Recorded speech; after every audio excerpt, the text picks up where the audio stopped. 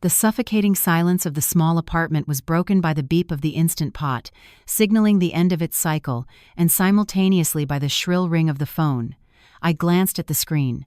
My heart lurched when I read the single word, Evelyn. It was almost 6 p.m., and my husband, Ethan, still wasn't home. I took a deep breath and forced the most cheerful voice I could muster. I answered, "Yes, Evelyn, it's Sarah." "Sarah, has Ethan not arrived yet?" On the other end of the line, my mother-in-law Evelyn's voice couldn't hide its usual impatience.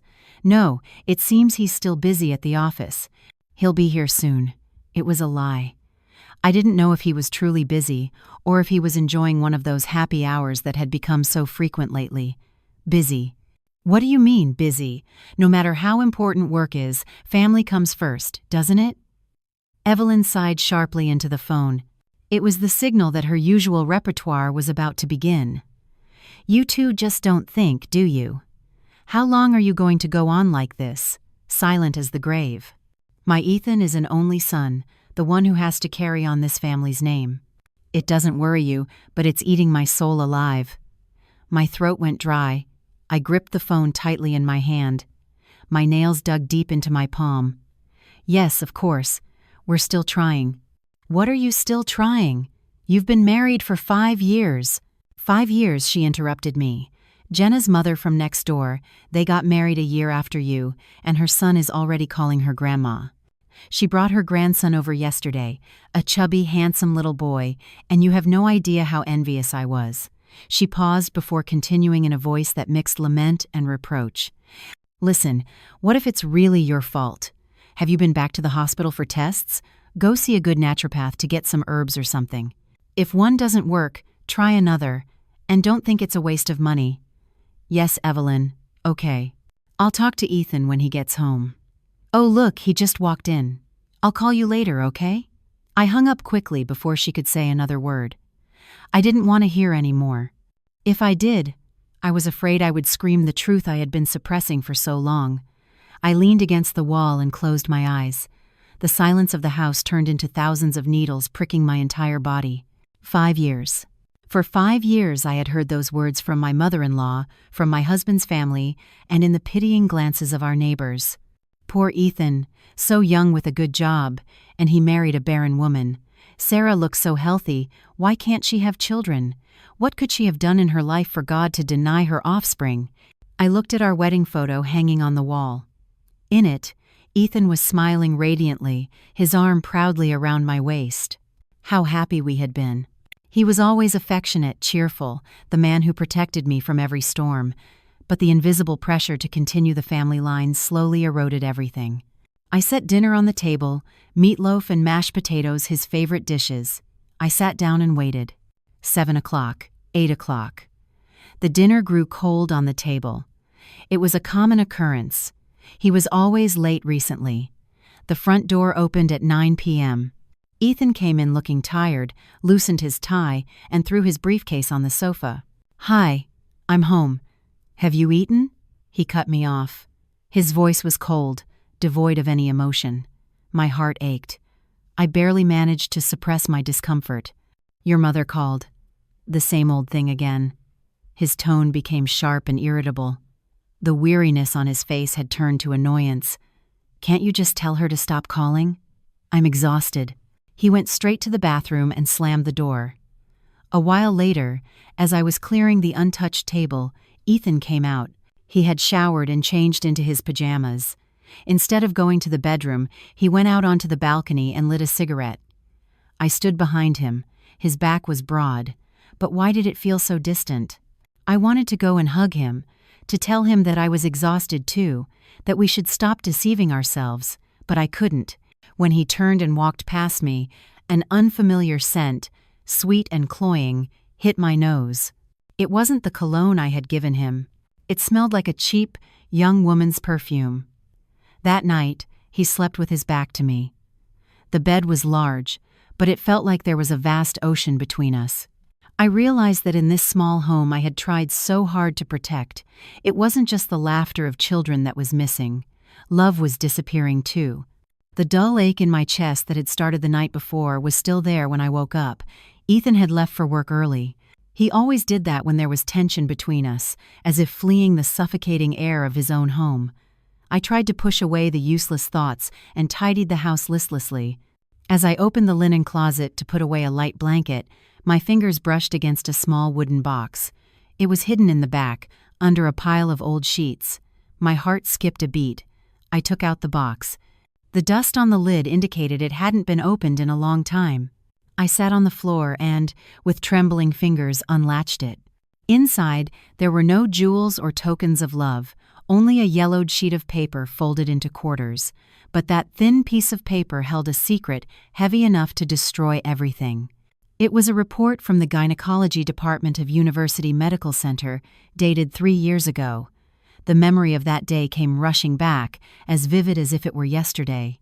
After 2 years of marriage with no baby, we went to the hospital together. At first, he had flatly refused. "Why should I get tested?" "I'm perfectly healthy," he'd said, but he gave in to his mother's pressure. We were sitting in the office of the department head, a middle-aged doctor with a kind gaze. She reviewed the 2 reports, her eyes alternating between them, and then looked up at me. "Sarah," she said slowly, "your results are completely normal. Your uterus, ovaries, everything is healthy. You have no issues with conceiving and carrying a child to term." I let out a sigh of relief. It felt as if a heavy rock had been lifted from my heart. I turned to smile at Ethan, but my smile froze when I saw his tense face and the doctor's hesitant expression. "Mr. Walker," she said, drawing out her words. For greater accuracy, we performed 3 separate semen analyses, and the results. Ethan leaned forward, clasping his hands tightly. "What's wrong with me, doctor? What do they say?" "If you look at this report," she slid the paper toward him. "The percentage of viable sperm is practically nil. The majority are amorphous. I'm sorry, but under these conditions, a natural pregnancy is nearly impossible." The world stopped. I looked at Ethan. His face was pale, drained of all blood. He stared at the paper, his shoulders trembling. "Doctor, isn't there some mistake?" he stammered. I don't have any problems." The doctor shook her head sympathetically. "These are the final results, Mr. Walker. Medicine has advanced a great deal these days. There are methods like in vitro fertilization." "Lies," Ethan shouted, jumping to his feet. The chair crashed backward. "You're all liars. It's impossible for me to be sterile. Impossible." He ran out of the office. I sat there, stunned, next to the doctor. I quickly thanked her and ran after him. I found him in the emergency stairwell. He was sitting on a landing, pulling at his hair with both hands. The bitter, frustrated sobs of a man whose masculinity had been shattered echoed in the quiet space. I had never seen him so wounded and desperate. I felt a knife twist in my chest. I sat down beside him and wrapped my arms around him. He rested his head on my shoulder and cried like a child. "I'm useless, Sarah," he sobbed. "A worthless man who can't even have a child. What am I going to tell my mother? She'll kill me." Seeing him so broken, the love and compassion I felt for him grew stronger than ever. I hugged him tighter. "It's okay. Everything's fine," I whispered, stroking his back. "You're my husband. This doesn't change who you are. It doesn't matter to me, but it matters to my mother. And all our relatives, they'll all laugh at me." "We won't tell anyone," I said firmly. "It will be our secret. Nobody will know. If your mother asks, if anyone asks, I'll say the problem is with me. I don't care. I'll protect you." Ethan lifted his head and looked at me. His eyes, red and bloodshot, were filled with gratitude. He hugged me tightly. "Sarah, thank you. You're an angel. I'll never forget this." Back in the present, I traced the creases in the paper. An angel. A debt to be repaid for a lifetime. Why did those sweet words from that day sound so bitter now? Now, the promise I made to protect him had become the shackles that imprisoned my life. I kept my promise, deflecting all the criticism, the suspicious looks, the cruel words onto myself, and he used my sacrifice as a shield.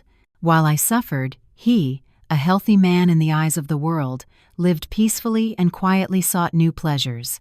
I folded the report again, put it back in the box, and hid it in its original place. I had hidden his secret, but in doing so, I had also hidden my own injustice. I thought my love was big enough to protect us both, but I was wrong. A man's wounded pride doesn't disappear, it simply transforms into cowardice and selfishness. Since that night, I smelled the strange perfume on Ethan. The invisible wall between us grew taller and thicker. He no longer yelled at me as he used to. Instead, he chose silence, a silence more terrifying than 1,000 insults. He would come home like a shadow, and on the days he ate dinner at home, he would eat quickly and then immerse himself in his phone or computer.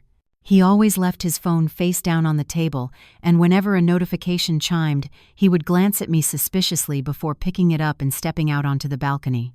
Sudden work meetings and weekend trips that I knew nothing about began to pop up.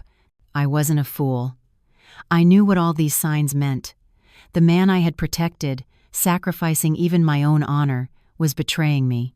What was even more bitter was that he had begun to torment me, using the very excuse I had provided him. He didn't say it directly, but all his actions implied it. "This weekend, you could go to church, pray a little or something," he said nonchalantly during dinner, not looking up from his phone. I gripped my silverware tightly. We hadn't settled this topic. "Even if I pray, if the problem is with me. And how do you know if you don't try?" His tone was a mix of mockery and disdain. "Do you think babies just fall from the sky by sitting around doing nothing?" I felt the blood rush to my face. "Ethan, what are you trying to say?" "Nothing," he shrugged. "I'm just sick of it. I'm an only son. You say you can't handle the pressure, but I have to handle it." I felt a tightness in my chest. How could he say such a thing? That I couldn't handle the pressure? Did he have any idea what I heard every day from his mother and the people around us? Did he know how humiliating it was to be pointed out as the woman who couldn't have children?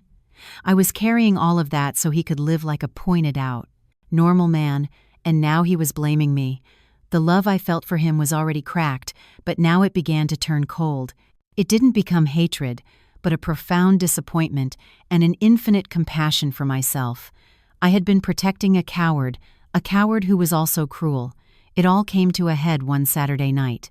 He said he had to see an important client, a party he couldn't miss.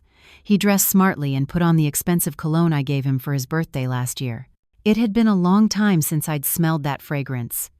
I stayed home, trying to watch a movie, but I couldn't concentrate. By midnight, he hadn't returned. At 1 a.m., I called him, but he didn't answer. I called again.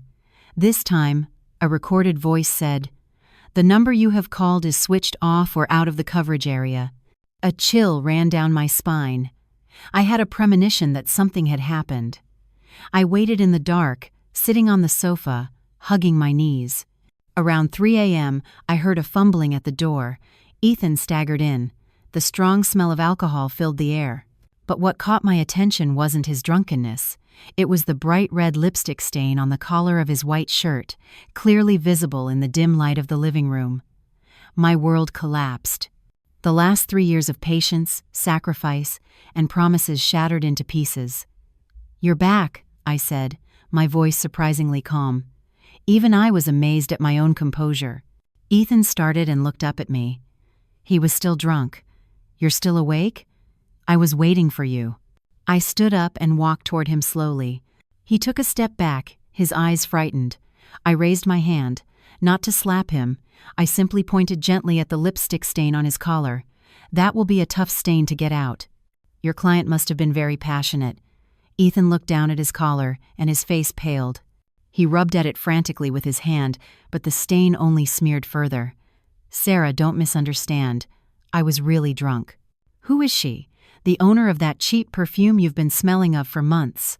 My voice remained serene. Ethan froze. He never imagined I knew. "Have you been following me?" I laughed with disdain. "I don't need to. A wife, no matter how badly her husband treats her, has a sixth sense for when his heart has changed. And besides, Ethan, you've been far too obvious." The perplexity on his face vanished, replaced by brazenness. A man caught in the act rarely feels shame, only anger. "Yes, I cheated on you," he shouted, his voice hoarse with alcohol and rage. "So what? Look at yourself. Can you give me what I want?" It was a devastating blow. he had finally said those words. He had used the very secret I carried to stab me in the heart. If I can give you what you want. I repeated his words bitterly. What you wanted was a child, Ethan. Yes, a child. I need an heir to carry on the family name, a grandchild to make my mother happy. Can you give me that? No. You're a useless wife, he yelled, pointing a finger in my face. Tears welled up in my eyes, but I pressed my lips together tightly to hold them back. I stared into his eyes, bloodshot with alcohol and malice. Ethan Walker, I said, pronouncing each syllable clearly. You are the worst person I have ever met in my life. You're not just a traitor, but also a coward, an ungrateful and cruel man. You have trampled on my sacrifice for your own benefit. I said nothing more. I walked past him and went into the bedroom. I locked the door. I ignored his voice on the other side, pounding on the door and hurling insults. I slid to the floor, my back against the door. Only then did the tears come, not for his betrayal, but for my own stupidity, for having dedicated 5 years of my youth, my honor, to protecting something so unworthy. That night, I knew this marriage was over. I didn't sleep a wink all night. I sat in the locked bedroom while he, after a long time of banging and shouting, fell silent. He probably fell asleep on the couch. I didn't care. My mind was empty, cold. The love, the sacrifice, the injustice, all those emotions had been consumed in the fire of anger and disgust from the night before, leaving only ashes. The next morning, I unlocked the door. I had showered and dressed in a smart business suit. I put on more makeup than usual to hide the dark circles under my eyes. Ethan was sitting at the table. He wasn't the drunk from the night before. He too was impeccably dressed, ready for work. It looked like he hadn't slept well either. When he saw me, he stood up. Sarah, we need to talk. His voice was hoarse, but there was no trace of remorse. Rather, it conveyed the weariness of someone who has made a final decision. I sat in the chair across from him and poured myself a glass of water. Look at me. Ethan's gaze avoided mine, but it finally hardened. He seemed to believe he had the upper hand, that I, the wife who couldn't give him children, was dependent on him. Sarah, about last night. I'm sorry. I shouldn't have yelled at you like that. It was such a cheap apology. I took a sip of water without saying anything. My silence seemed to make him nervous. He got straight to the point. I don't think this is working anymore. I remained silent. It was something I had already sensed the night before. I've met someone else, he said, lowering his head. Her name is Coral. She's different from you. She's young, energetic, and he took a deep breath, as if gathering the courage to say something important. She's pregnant, more than 2 months along, and it's a boy. I set the glass down on the table. The sharp clink echoed in the silent room.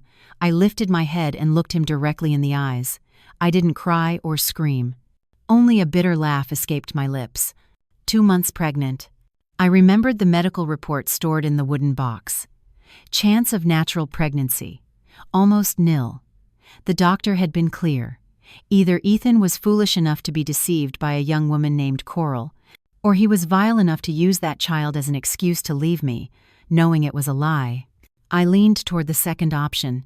He was so desperate for an out, for proof to validate his virility, that he was willing to believe any lie, no matter how obvious. Seeing that I wasn't reacting dramatically, he continued, I have to be responsible for her and the child. I have to give them a home, a name for my son. Let's get a divorce. He said the word divorce with astonishing lightness. He had probably prepared for a battle, for me to cry, beg, cling to him, to appeal to our years together, to his mother. He was wrong. I looked at Ethan, the man who was once my whole world, for whom I had carried the stigma of a barren woman for 5 years to protect his fragile pride. And now he was asking for a divorce with the excuse of a child of uncertain origin, saying it was to take responsibility. His audacity severed the last thread of affection I had left. Okay, I'll give you the divorce, I said in a clear, calm voice. My calmness seemed to surprise him more than if I had slapped him or made a scene. What? What did you say? Ethan froze, staring at me. I said I accept the divorce, I repeated, emphasizing each word. If you want to be responsible for that woman and that child, go ahead.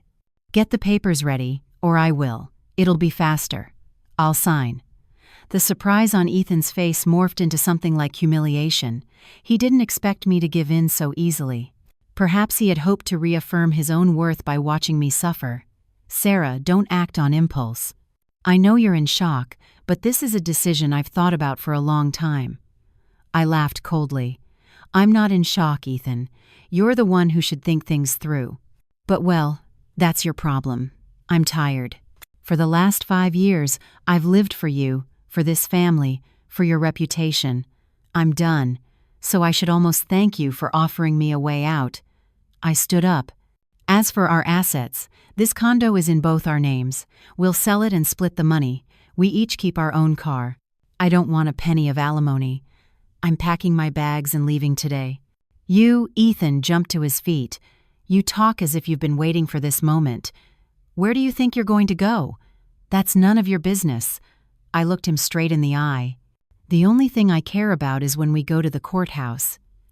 My calm and determination shattered the script he had imagined. He wanted to be the one granting freedom, the one in the superior position, but my acceptance turned him into the one being left behind. "Fine, have it your way," he growled, the rage of a cornered coward. "Let's see how you manage without me. Who do you think you are?" I didn't want to hear any more. I walked past him into the bedroom. I pulled the largest suitcase from under the bed and began to pack my clothes and personal belongings. I left behind everything that held our memories, including the wedding photo. I didn't want to take anything that would remind me of 5 years of hell. When I came out to the living room with the suitcase, Ethan was still standing in the same spot, as if petrified. He looked at me with a mixture of anger, bewilderment, and perhaps a faint glimmer of fear. "Let me know when you have the papers," I said as a farewell. I opened the door, walked out with my suitcase without a single backward glance, and slammed it shut. That boom wasn't just the end of a marriage, it was the end of my foolishness. I didn't shed a single tear as I left that apartment. I called a cab, put my single suitcase inside, and asked the driver to take me to the nearest hotel. I stayed there for 2 days while I looked for an apartment. With my savings and half the money from the sale of the condo, I had no financial worries. I quickly found a small studio in a district far from where I used to live. It was a nice apartment with a sunny balcony. On moving day, my only possessions were a suitcase and a new mattress, but standing in the middle of the empty room, smelling of fresh paint, I felt a strange peace. It was as if, for the first time in 5 years, I could truly breathe. I didn't tell anyone, not even my parents. I simply told them I was having some problems with my husband and needed some time for myself. I didn't want to worry them. The divorce process was surprisingly quick. It seemed Ethan was also in a hurry to settle in his new woman. We met at the courthouse to sign the papers. Not a word was spoken, not a glance was exchanged. The judge looked at us and shook his head with pity, probably thinking I was the poor wife abandoned by her husband for not being able to have children. I didn't care. I just wanted it all to be over. With my share of the money, I started to furnish my new home. A beige sofa, a small kitchen unit, a few plants for the balcony. I bought a new set of mugs and made myself a hot chamomile tea. The first few nights, the silence was a bit scary. I was used to waiting for the sound of a door opening, a sigh, a sharp voice. But slowly, I began to love the quiet. I would put on soft classical music and open a book I had been wanting to read for a long time. I realized it had been a long time since I had lived for myself. I focused on work. I was the head of accounting at a mid-sized company. Before, I always rushed out to prepare dinner, but now I could stay late or take on extra projects. My colleagues were surprised by my change. I became more decisive, more cheerful. One weekend, I treated myself to a spa day and stopped by a salon. "I want this cut," I said, pointing to a photo of a model with a charismatic bob. When the hairdresser lifted the scissors and cut my long hair, which I had cared for years, it felt like a 1,000-pound weight had been lifted off me. In the mirror was a new person, a new hairstyle, and a smile I had lost long ago. I started doing yoga and having dinner with old friends. I had postponed plans with hundreds of times. My life without Ethan without my mother-in-law, without the pressure of having a child, was truly light. At 34, I was starting over, and I had never been happier. I was meticulously reviewing the monthly closing report when the phone rang. It was my aunt's number from my hometown. She lived in the same town as my ex-mother-in-law, and sometimes called to check on me. "Hello, Aunt Carol. It's Sarah." "Oh, Sarah, did you really divorce Ethan? How could you be so foolish and not say a word to me?" My aunt's voice was full of urgency and annoyance. I chuckled lightly.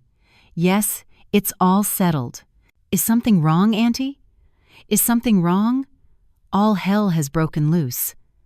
My aunt lowered her voice as if afraid someone might overhear. "Yesterday, Ethan brought a woman home and threw a party that set the whole town talking to introduce her to the family." My heart stopped, not from pain but from a bad feeling. "He was bragging all over town that she was his new wife," my aunt continued indignantly. "And this woman came with a belly you wouldn't believe. Looked at least 4 or 5 months along, and that idiot Ethan, with a grin from ear to ear, was buying everyone drinks and boasting about how he was going to have a son to carry on the family name." I closed my eyes. He had taken his mistress to his hometown. How fast! But you know the best part?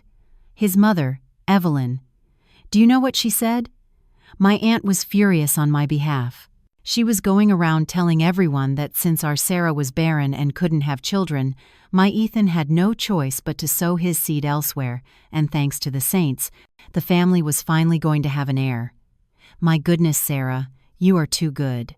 After all the years you lived in that house, taking care of your mother-in-law as if she were your own mother, how can they do this to you? Why didn't you tell them the truth?" "Auntie," I interrupted her, "it's water under the bridge.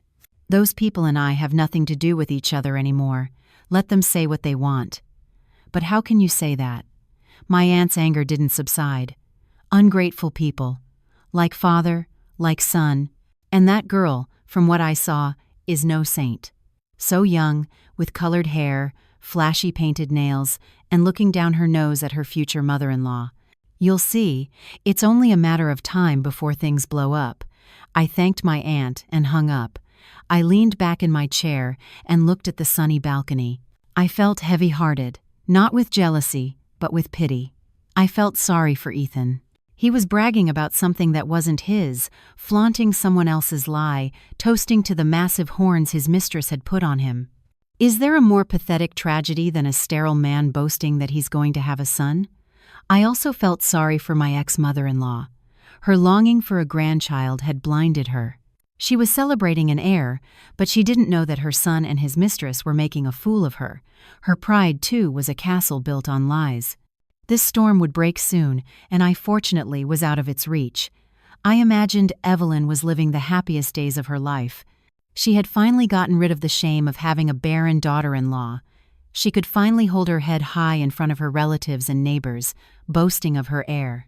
I pictured her going to church to give thanks, bragging all over town, buying baby things, knitting little clothes stitch by stitch. I had lived with her long enough to know how great her longing for a grandchild was. Sometimes I wondered, if I had revealed the secret that day, would everything have changed? But I immediately shook my head. People will invent any excuse to believe what they want to believe. Since I left, I had lost contact with my ex-mother-in-law. I deleted her number. I didn't want anything related to that family to disturb my new life. But one afternoon, as I was finishing my yoga class, I received a call from an unknown number. I usually don't answer numbers I don't recognize, but I had a feeling I should. "Hello?" There were a few seconds of silence on the other end of the line. Then I heard that familiar, sharp sigh I had heard for the past 5 years. "Sarah." "It's me." "Yes, Evelyn." I froze. It was her.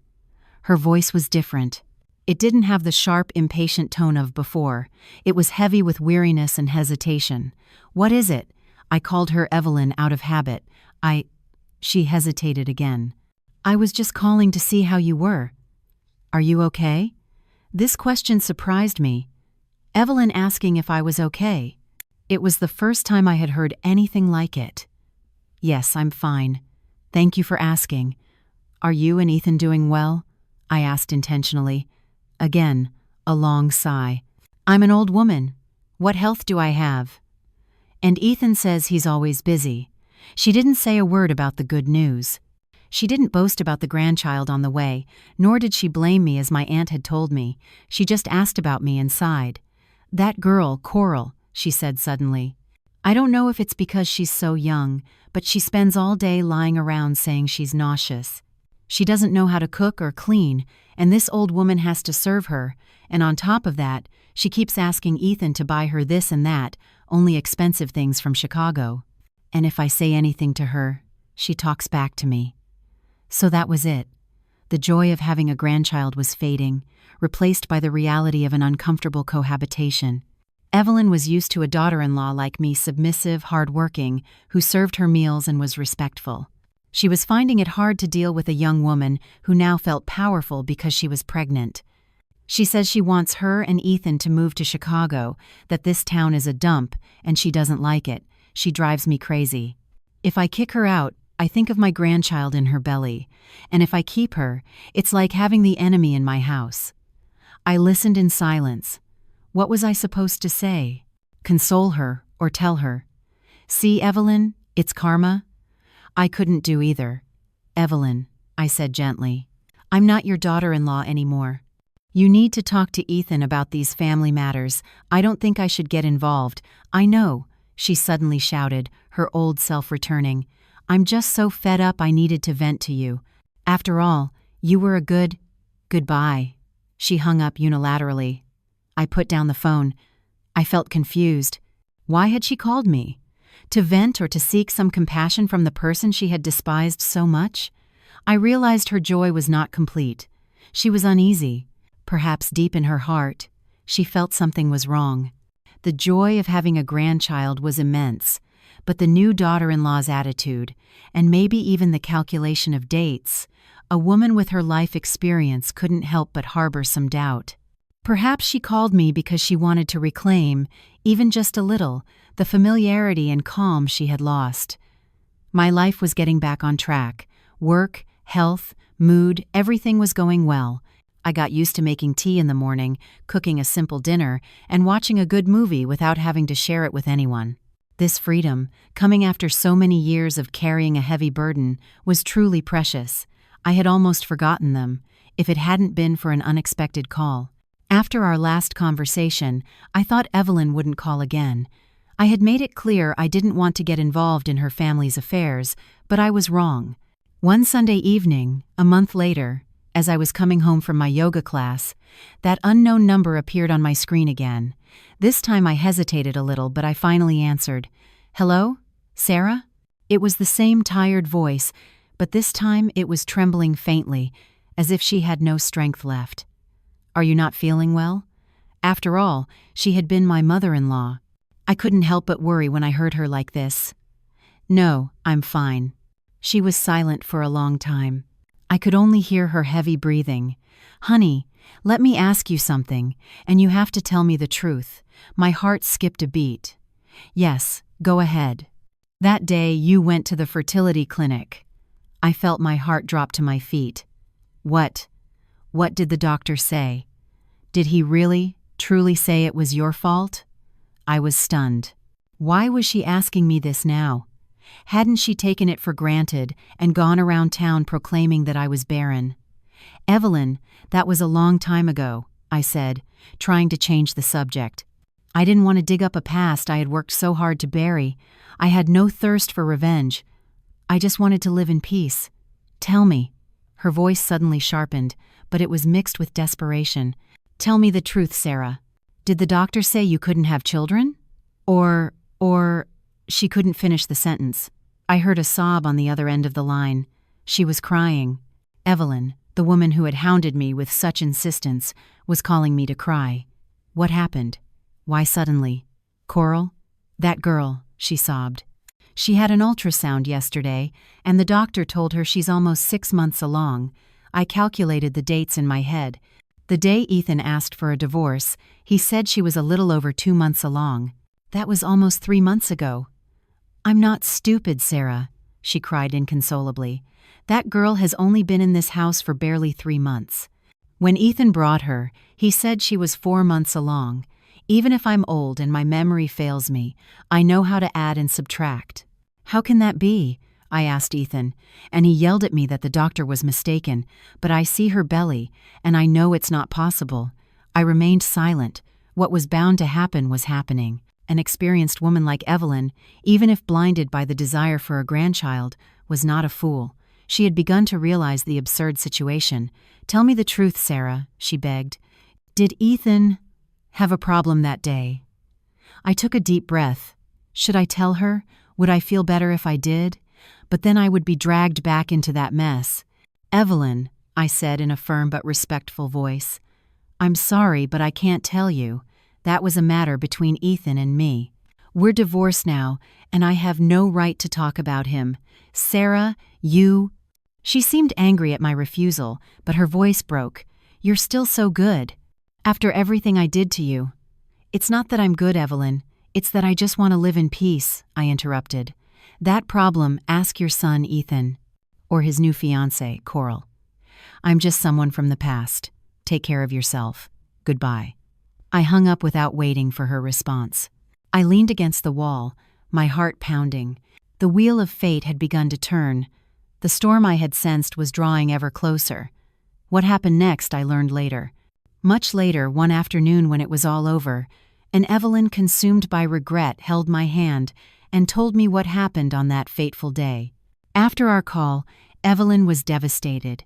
The doubt in her mind grew uncontrollably. She couldn't believe that her son, of whom she had always been so proud, had deceived her. But the dates were too clear. Ethan and Coral had moved to Chicago as she wanted. Ethan had rented them an expensive apartment and was covering all the expenses. Evelyn was left alone in the empty house in town, consumed by anger, worry, and sadness. Then, one day, she decided to tidy the room we had used. It had been locked since I left. Ethan didn't let anyone in, and she hadn't wanted to enter either. That room only brought back unpleasant memories of a defective daughter-in-law. But that day, suspicion guided her to the room. She opened the door with a spare key. Everything was as it was the day I left, with a thin layer of dust on the furniture. She thought she could still smell a faint trace of my perfume. She looked around the vanity I used, the bed she herself had chosen for our marriage. Strangely, she felt a pang in her chest. She began to clean. While sorting through Ethan's old clothes, she opened the top drawer where I kept my important things. There were a few items of clothing I hadn't taken. She sighed, and as she tried to fold them, she felt something hard under her fingers. It was my small wooden box. At that moment, her heart lurched. Driven by a premonition, she opened the box. Inside, instead of valuables, were a few photos of me as a single woman, small mementos, and a yellowed sheet of paper. She picked up the paper. The words University Medical Center Gynecology caught her eye. She put on her reading glasses and, with trembling hands, unfolded the paper. It was a medical report. She read, word for word, with difficulty. My results. Sarah Garcia, 34 years old. Results of uterine and ovarian tests, completely normal. Conception capacity, good. Her hands began to shake. Next, she read her husband's results. Ethan Walker, 35 years old. Results of semen analysis. Evelyn read the last line 3 times, rubbed her eyes, and looked again. Sperm viability, close to 0%. Conclusion, sterility, natural pregnancy impossible. The moment she read the last word, the paper fell from her hands. She heard a buzzing in her ears, and the world began to spin. She staggered and grabbed the edge of the bed. "No," she murmured. "There must be a mistake." She bent down and picked up the paper. This time, each letter was a dagger piercing her heart. Her son's name, the doctor's signature, the hospital's official seal, the truth hit her like a ton of bricks. Her son, Ethan, of whom she had always been so proud, whom she had protected so much, he was the one who couldn't have children. And what had she done for the past 5 years? She had pressured me, pointed fingers at me, called me barren, proclaimed all over town that I was the one who couldn't have children. She had pushed her son to leave me and sow his seed elsewhere. And I, the daughter-in-law she had despised so much, knew everything. I had known the truth for 3 years. But I hadn't said a word. I had kept silent. I had endured all the humiliation and cruel words. For her husband, for her cowardly son. Evelyn collapsed on the floor. She clutched her chest. She couldn't breathe. She wept. She cried like a child. For the first time in decades, she told me. She wasn't crying because her son was sterile. She was crying out of grief for me, her former daughter-in-law, who had had to endure such a great injustice. My pain and sacrifice surpassed anything she could imagine, and she cried out of shame, shame for her own stupidity and arrogance, and for the son she had raised. He wasn't just a sterile man, he was a vile being. Knowing the truth, knowing his wife was sacrificing herself for him, he let her suffer, and used that sacrifice as an excuse to be unfaithful. "Oh my God, what have I done?" she screamed into the empty room. The truth had come out, but instead of relief, it brought her much greater pain. Then, another thought crossed her mind. If Ethan was sterile, the child in Coral's womb, the heir she had so eagerly awaited, whose child was it? Evelyn stood up, staggering. She clutched the report in her hand. Her blood was boiling. She had been deceived. The whole family had been deceived. Her stupid son had not only been the victim of infidelity, but had brought a scammer into the house and made his elderly mother serve her. She had to fix everything. Expose everything. She looked at the calendar. That weekend was the anniversary of Ethan's grandfather's death. The whole family would gather. Ethan and that woman would surely come. Perfect. She decided she would give them a very special gift. I knew nothing of the storm quietly brewing in the house in town. My life was peaceful, work was going well, and my boss hinted at a promotion to assistant CFO. I signed up for flower arranging classes. I felt reborn. That fateful Sunday, I was making my first chrysanthemum arrangement when the phone rang shrilly. It was my aunt. When my aunt called at that hour, it meant something very serious had happened.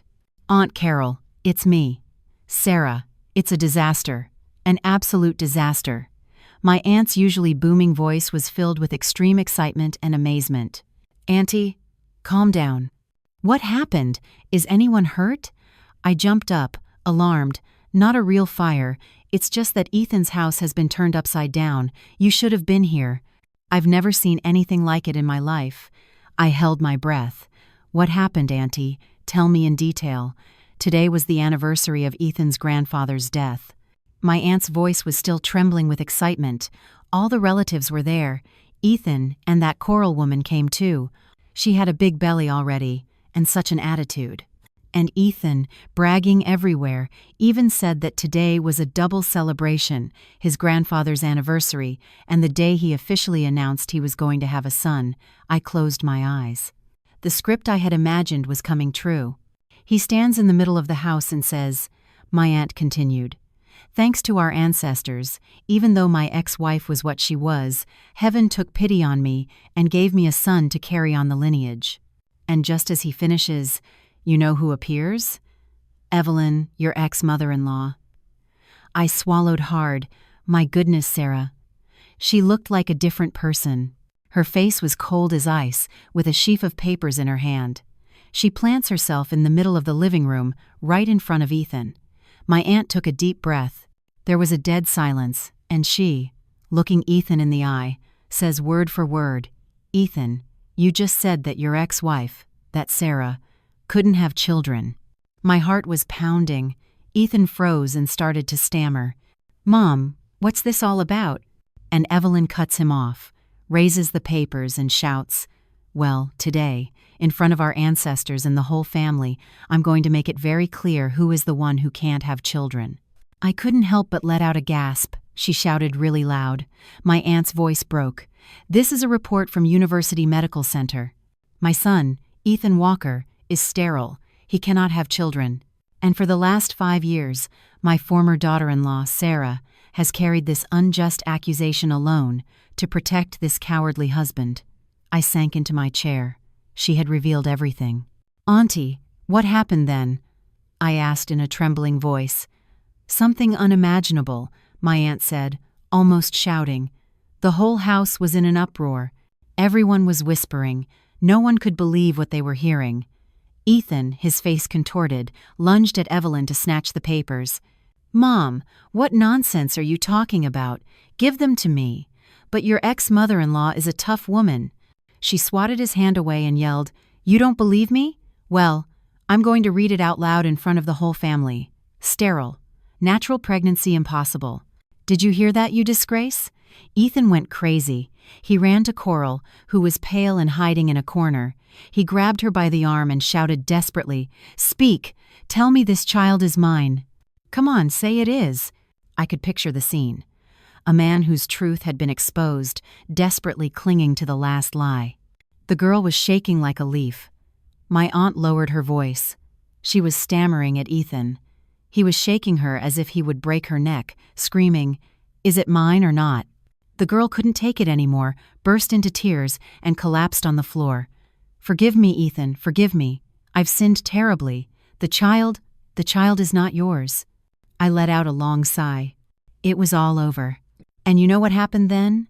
My aunt's voice rose again. Ethan stood there, petrified. He let go of her, staggered, looked at the report, looked at Coral, and suddenly started laughing like a madman. "Ha ha, it's not my son. Of course it's not my son." And with that he collapsed on the floor, fainted. The house erupted into chaos, some calling a doctor, others rushing to Ethan. Evelyn just stood there looking at her fallen son, not crying, just with an expression of indescribable pain. And Coral? Ethan's aunts surrounded her, calling her a scammer. "Shameless woman, where did you come from to deceive our family?" She got scared, stood up as best she could, and ran out the door. Running with that belly. It was a bit pitiful, but she deserved it. And Ethan woke up, but he was out of it. He didn't say anything, just held his head. Evelyn told people to clear the anniversary table and announced that everything was canceled. "Something serious has happened in our home today, so please leave."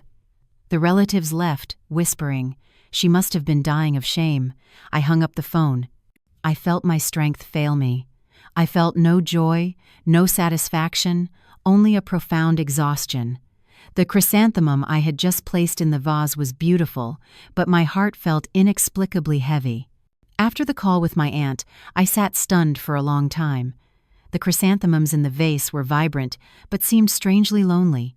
There was no euphoria, no victor's joy, only a deep exhaustion and a strange compassion for them. They had rushed to their own tragedy. They had become entangled in the web of lies they had woven themselves. Although I wasn't there, I could vividly imagine it all through my aunt's trembling voice.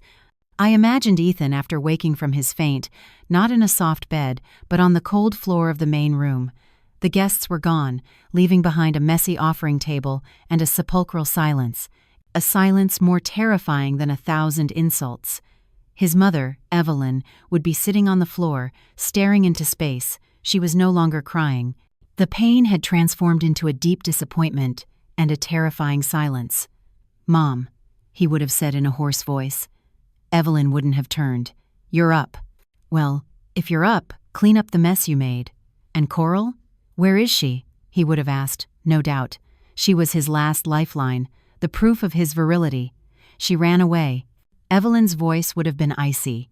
"And why are you looking for her? To find that tramp who deceived you, or to look for what she carries in her belly that is not of your blood?" Every word from Evelyn would have been like a hammer blow to Ethan's chest. He had lost everything. The false pride of being a father, the arrogance of continuing the lineage, his reputation among his relatives, the wife who had sacrificed for him, and even his mother who had always been on his side. Now she looked at him as if he were a stranger. That was his punishment. Not blows or insults, but the truth itself. The truth had stripped him bare, turning him into a coward, a fool, a lonely man. The desire to have a child, to prove his worth, to trample on others, had finally consumed him. And that woman, Coral, where would she have gone? Probably to find another naive man. But her life, on the run with that heavy burden, would not be easy either. Desire had guided them, and now they had to pay the price for that desire. I sighed and stood up to arrange the remaining chrysanthemums in the vase. My life, like this vase, also needed to be reorganized. The past had to remain in the past. My peace did not last long. 2 days after that terrible anniversary, my phone started ringing. An unknown number. I was at work, so I didn't answer. The number insisted 2-3 times. I put it on silent. After work, I saw I had 17 missed calls, all from the same number. A bad feeling crept over me. As soon as I got home, the number called again. I took a deep breath, knowing I could no longer avoid it. I had to end this. Hello? Sarah. Sarah, it's me, Ethan. The voice on the other end of the line was broken with desperation and pleading. A voice I had never heard from him, without arrogance or irritation, only panic. I gripped the phone tightly. What do you want? Sarah, please, forgive me. I've been a bastard. I was the one who did everything wrong. I'm a monster. Please, forgive me, Sarah. He was crying his eyes out on the other end of the phone. The man who had screamed in my face that I was a useless wife was now begging for my forgiveness between sobs. I remained silent. I didn't know what to say. Anger? No. Satisfaction? Not that either, just exhaustion. Sarah, please, say something, he cried desperately when he got no response. Insult me. Hit me. But please don't be silent. I know you're angry with me. I know. I'm not angry, I interrupted him. My voice was serene. Between you and me, there isn't even the feeling of anger left. We're divorced. No, I don't accept it. I was an idiot. That crazy woman deceived me. Sarah, I'm truly sorry. Could you come back to me? Let's start over. We can adopt a child. I don't care about children anymore. I just need you, Sarah. He said he just needed me. If it had been 3 years earlier, I would have been overjoyed, but now it only provoked a bitter laugh. What he needed wasn't me, but a shield, a protector, a last lifeline to cling to after losing everything. He wasn't seeking me because he realized he loved me, but because he had no one else. Ethan, I said coldly and firmly, it's too late. When you turned your back on me, I had already gone far away. I've started a new life, and I'm very happy. I don't want to go back to that mess. Sarah, please, don't be so cruel. Give me a chance. A chance? I gave you 5 years. 5 years in which I carried an unjust accusation and endured everything for you. And what did you do? You trampled on my sacrifice and betrayed me. You used my suffering as a weapon to destroy me. Do you remember what you called me? Useless wife? Well, I'm that useless wife. Why are you looking for me now? No, I was crazy then. I don't want to hear any more. Don't call me again. Your problems, yours and your mother's, you solve them. Don't drag me into it. Goodbye. I hung up and immediately blocked the number. Instantly, I received a text from another number. Sarah, please don't block me. I'm begging you. Can I come to your place? I need to see you. My heart skipped a beat. He knew where I lived. How? Another text arrived. I'm downstairs from your apartment. The Madison Building. 3B, right? Please, come down. I'm begging you. I ran to the balcony and looked down. A thin, familiar figure was lurking in front of the entrance. It was Ethan. He looked up as if he knew I was watching. I stepped back. My hands and feet were trembling. For the first time since the divorce, I felt fear. He was desperate. And a desperate person is capable of anything. I rushed to close the curtains and bolted the front door. I wasn't going down. Even if he spent the whole night there, I wouldn't go down. Ethan stayed downstairs all night. I couldn't sleep. I sat in the dark listening to the buzzer, the knocks on the door, his voice broken by sobs. He even disturbed the neighbors. The next morning, as I was getting ready for work, he was still there, sitting on the ground. The situation was resolved when the building manager arrived. In the end, I had to take the day off work. I couldn't leave my home, but the person I didn't expect was Evelyn. That afternoon, I received a call from an unknown number. I didn't answer this time, but the number persisted. Then a text. Sarah, it's me, your ex-mother-in-law. Please pick up the phone, I'm begging you. I was stunned, still with that pleading tone. I hesitated but finally answered. Evelyn. Sarah, is Ethan with you? Her voice was heavy with exhaustion. He's been making a scene at your building all night. I'm afraid to go out, I told her the truth. Evelyn sighed deeply. Send me the address. I'm on my way. I'll come get that disgrace, and I need to talk to you. I hesitated. I didn't want to see either of them, but I couldn't let Ethan keep causing a scene there. In the end, I sent her the address via text. An hour later, the doorbell rang. This time, it wasn't frantic knocking. I looked through the peephole. It was Evelyn. She was alone. I guessed she had managed to keep Ethan downstairs. I opened the door. The woman in front of me was not the Evelyn I knew. Her arrogant, sharp demeanor was gone. She looked 10 years older. She had many more gray hairs, and her eyes were sunken. She wore old clothes and carried a cloth bag. She looked at me and without a word knelt before me. Evelyn, what are you doing? I exclaimed in horror, trying to pull her up, but she brushed my hand away and shook her head. Tears streamed down her cheeks. Sarah, let me kneel. I'm sorry. I'm asking for your forgiveness. She clung to the doorframe and sobbed like a child. I was a bad mother-in-law. I was a fool. I knew nothing and tormented you for 5 years. I said horrible things to you. I'm so sorry, Sarah. I was stunned. I had never imagined such a scene. My mother-in-law, Evelyn, kneeling before me, asking for forgiveness. Please, get up, come in, please. The neighbors will see you. I tried to pull her up by force. How can I dare? She continued to cry. I'm not doing this for you to get back with Ethan. That disgrace doesn't deserve you. I just want you to forgive me for the harm I've done. I'm sorry, Sarah. I'm truly sorry. An indescribable feeling of compassion welled up in my chest. I no longer hated her. Seeing her there, old and suffering, kneeling before me, only made me feel pity. Evelyn, I already told you. I'm fine. With all my strength, I helped her to her feet. Come in and sit down, please. I led her to the sofa. She sat hunched over, not daring to look at me.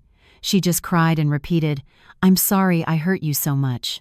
I went to the kitchen, made her a glass of warm water, and placed it in her trembling hands. Drink this and calm down. She took the glass but didn't drink. She looked up at me with red-rimmed eyes. You really don't hold a grudge against me? After everything I did to you? I sat beside her, at a safe distance, and looked at her directly. Evelyn, when I decided to leave that house, I left everything behind. I hold no grudge or hatred. But listen to me, Evelyn. I interrupted her gently but firmly. Do you think if I forgive you and Ethan, it's for your sake? No. Evelyn looked at me with a stunned expression. If I forgive, I said slowly, it's for myself, so I can live in peace. If I continued to live with anger and hatred, who would suffer? Me. You can't start a new life carrying the heavy burden of the past. I suffered enough for 5 years. I don't want to continue suffering, not even in my thoughts. Evelyn listened, astonished, as if she had never considered such a thing. I gave a slight smile. Look, Evelyn, I'm fine now. I have a good job, my own home, time for myself. I've found myself again, and that's because I chose to forgive. Forgiving doesn't mean forgetting. I'll never forget what happened, but I have chosen for that past to no longer hurt me. I took the glass from her hands. Evelyn, it's all in the past. Heaven knows the injustice I suffered, and the truth has come to light. I'm free. I'd like you not to blame yourself anymore either. You're getting older. Evelyn looked at me. In her gaze, there was no longer shame, but admiration and understanding. She took my hand. Her bony hand was cold. Sarah, you are a woman of great strength. I don't deserve you. No one is unworthy, Evelyn, I said. Not even Ethan. But forgiving doesn't mean going back. He has to face his own mistakes and learn to live with them. That's his part, and my part was to learn to love myself, and I've already learned that. Evelyn nodded. She was no longer crying. She took a sip of water. It seemed my peace had been contagious. Understood, she said. I'll take that disgrace away. He won't bother you again. Take good care of yourself. She stood up and I walked her to the door. Before leaving, she turned and looked at me for a long time. "Sarah, can I call you from time to time? Just to see how you are. Like an old friend." I smiled. "Of course. Call me whenever you want, Evelyn." Evelyn kept her promise. Ethan disappeared from my life. No more calls, no more visits. Either Evelyn found a way to stop him, or he, in his desperation, finally understood that it was really over. I didn't care. This calm was enough for me. I was promoted to assistant CFO. The work was more intense, but I enjoyed it. I started dating someone new. He was a colleague from a partner company, a mature and kind man. He was divorced and had a young daughter. He knew my past but didn't judge me. He just said, "You must have suffered a lot. I will protect you for the rest of your life." We weren't in a rush. We simply had dinner together. We went to the movies on weekends, and slowly, we fell in love. A few weeks after Evelyn's visit, she called me as she said she would. "Sarah, are you busy?" Her voice sounded a bit awkward. "No, Evelyn, is something wrong?" "No, just checking in." "It's cold, bundle up." "Yes, I will." "You take care in the town, too." "Have you eaten?" "Yes, I just came from church." Eating vegetables makes me feel much better. Of course, vegetables are very healthy. The conversation was like that, trivial. No mention of Ethan, no mention of the past, just the normal greetings between two women. A month later, I had to go near her town for work. I hesitated for a moment, but I called her. "Evelyn, I'll be near your house this weekend. Can I stop by for a moment?" There was a silence on the other end of the line, and then a trembling voice answered, of course you can. You must come. I'll be waiting." When I arrived, the house was the same, but it seemed less desolate. Evelyn greeted me at the door. She was thinner, but she seemed more cheerful. She smiled at me sincerely. Come in. I've made some chamomile tea. Come in and have a cup." She didn't ask about my love life, and I didn't ask her about Ethan. She just told me she was now volunteering at the church, trying to do many good deeds to find inner peace. "Ethan," she said suddenly, "has found a job in a factory at the industrial park and lives in the company housing. He only comes on weekends. He doesn't talk much, but he works hard and brings me his paycheck every month. It seems he's trying to change." I nodded. "Yes, everyone needs time, Evelyn." I spent the afternoon there. We had a vegetarian lunch together. She served me food on my plate, and I served her. We were no longer mother-in-law and daughter-in-law, but as she said, an old friend and a young friend. We had been through a storm together, and now, in a solid calm, we found peace in each other. My relationship with Evelyn became special. We were neither mother-in-law and daughter-in-law nor friends. It was a bond forged in understanding and forgiveness after the storm. Sometimes she called, not to complain, but to genuinely ask how I was. "Are you eating well? Even if you work a lot, take care of your health." Half a year after everything happened, I passed by her town for work again. This time, I found her sitting on the porch knitting a scarf instead of baby clothes. The house was the same, but the heavy air was gone. Evelyn. "Oh, Sarah, come in. A kind smile spread across her face.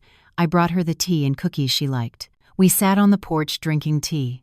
I told her about my work, about the roses I had started to grow, and she listened intently, nodding. As if reading the question in my eyes, before I could ask, she began to talk about Ethan.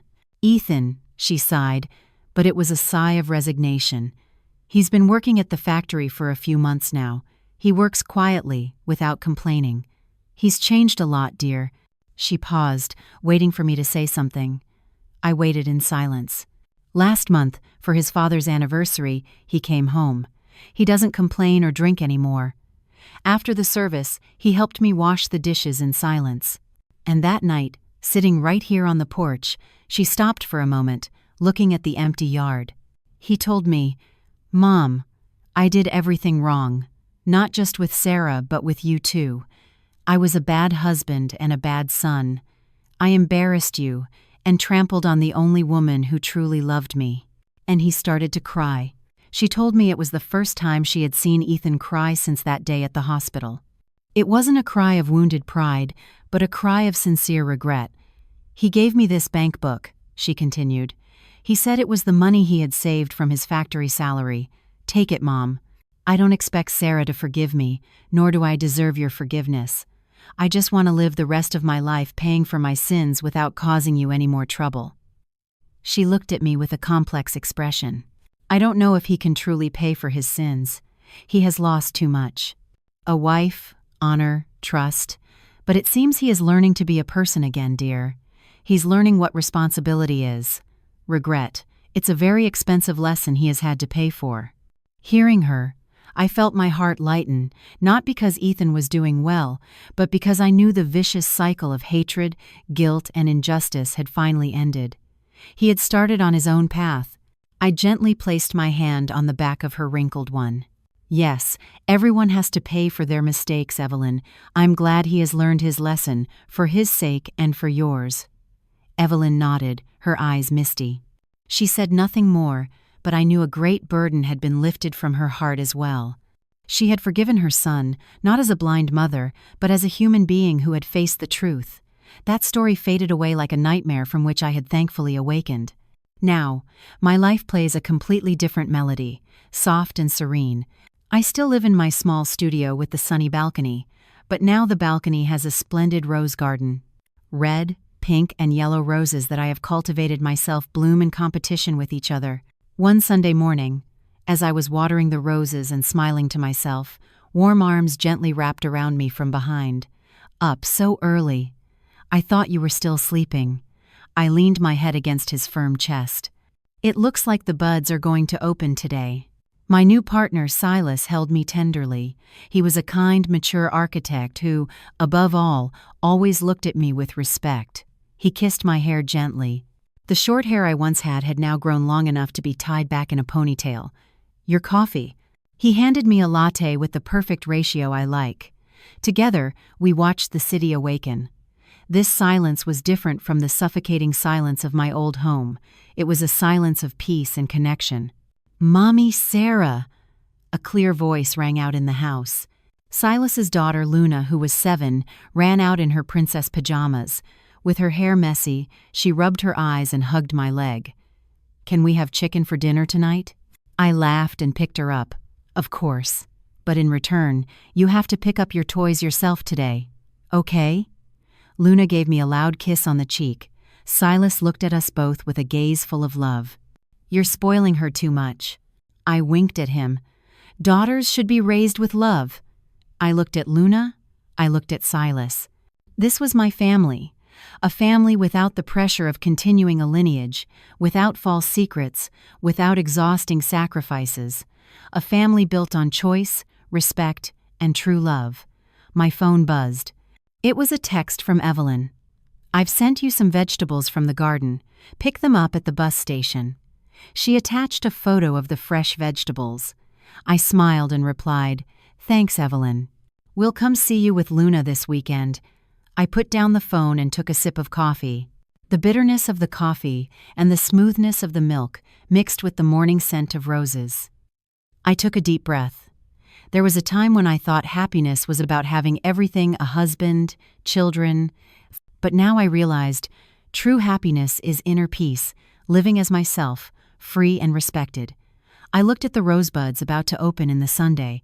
The past was closed, the injustice was gone.